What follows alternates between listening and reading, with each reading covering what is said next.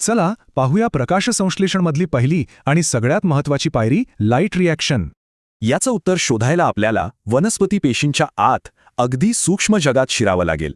ही सगळी प्रक्रिया म्हणजे प्रकाश संश्लेषण 2 मुख्य टप्प्यांत होते. आपण पाहणार आहोत पहिला टप्पा, जो पूर्णपणे सूर्यप्रकाशावर अवलंबून असतो.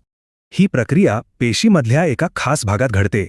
हे घडतं हरितलवक किंवा क्लोरोप्लास्ट नावाच्या एका छोट्याशा ऑर्गेनेलमध्ये. हे हरितलवक म्हणजे जणू काही वनस्पती पेशीचं पॉवर हाऊस किंवा ऊर्जा केंद्रच आहे. आता गंमत म्हणजे या हरितलवकाच्या आतली रचना.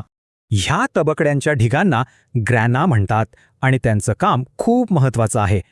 हे ग्रॅना अगदी छोट्या छोट्या सोलार पॅनलसारखं काम करतात असं समजा. अगदी बरोबर. त्याचं कामच आहे जास्तीत जास्त सूर्यप्रकाश शोषून घेणं. त्यांचं मुख्य काम म्हणजे सौर ऊर्जेला रासायनिक ऊर्जेत बदलणं. थोडक्यात प्रकाश अभिक्रिया हरितलवकातल्या ग्रॅनामध्ये होते, जिथे प्रकाश ऊर्जा बदलली जाते. बरं, पण या तयार झालेल्या रासायनिक ऊर्जेचं वनस्पती पुढे काय करते?